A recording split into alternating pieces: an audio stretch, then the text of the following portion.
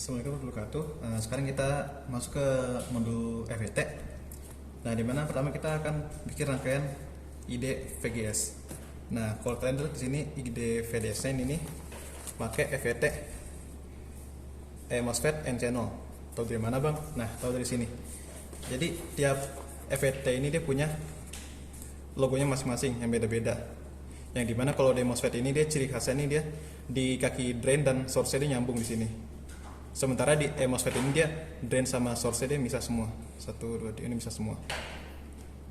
Nah, kalau misalnya panahnya nunjuk ke gate, dia itu berarti N channel. Tapi kalau misalnya dia keluar dari gate, berarti dia P channel.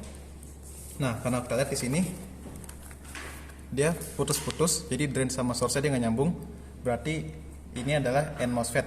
Dan karena kita lihat lagi dia ini panahnya nunjuk ke arah gate-nya, berarti dia N channel. Nah, kalau untuk N channel MOSFET di sini kita pakainya FET BS 170. Kelihatan nggak?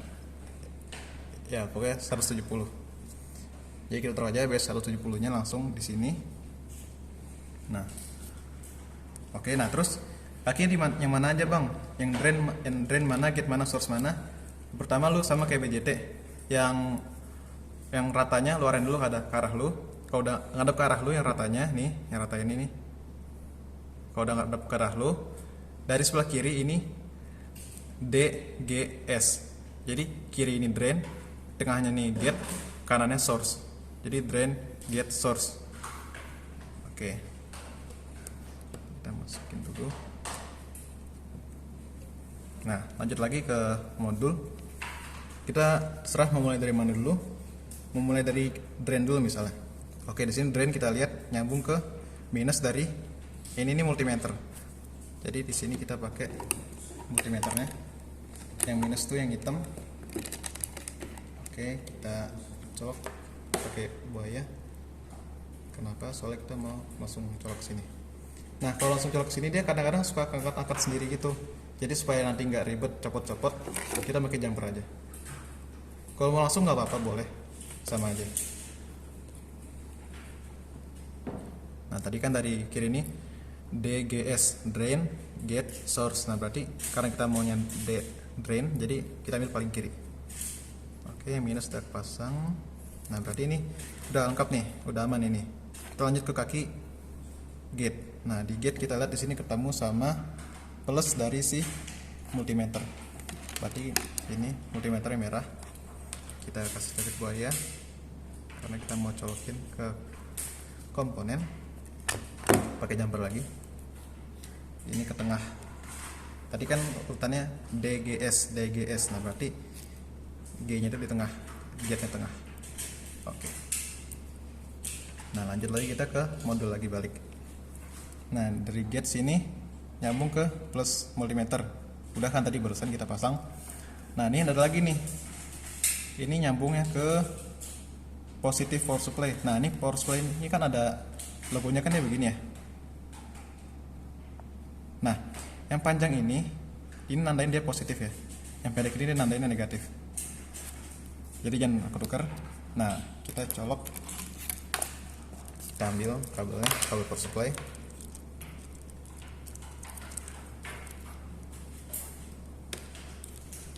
Kita colok ke power supply. Merah buat positif. Sebenarnya kalau mau hitam positif boleh, tapi biasain aja merah itu positif. Karena orang-orang umum taunya tuh merah itu positif. Oke, udah gini kan? Karena dia ada nyambung begini. Nah, berarti drainnya tadi udah yang minus multimeter, gate-nya juga udah, ketemu positif multimeter sama plus dari power supply juga udah tadi. Sekarang sisa source-nya. Yang mana source-nya paling kanan kakinya. Ini kita kasih jumper dulu di sini. Kaki paling kanan ya. Nah, di sini dia nyambung dari source ini nyambung ke, kita lihat ke minus dari power supply. Jadi di sini kita sambungin aja power supply-nya. Colok kayak biasa. Oke. Nah, kalau ini berarti udah semua. udah kesambung semua. Ini ground ini boleh di mana aja. Maksudnya ground ini tuh jadi semua yang ground ini harus kesambung semua. Nah, kadang itu yang nyambung ground tuh banyak, makanya dia harus pakai breadboard yang di bawah sini. Tapi karena berhubung kita sini cuma dikit doang, yang ke ground ini cuma harus ada source sama minus dari power supply, jadi kita nggak usah pakai gitu. Nah, kita langsung masuk ke jurnal.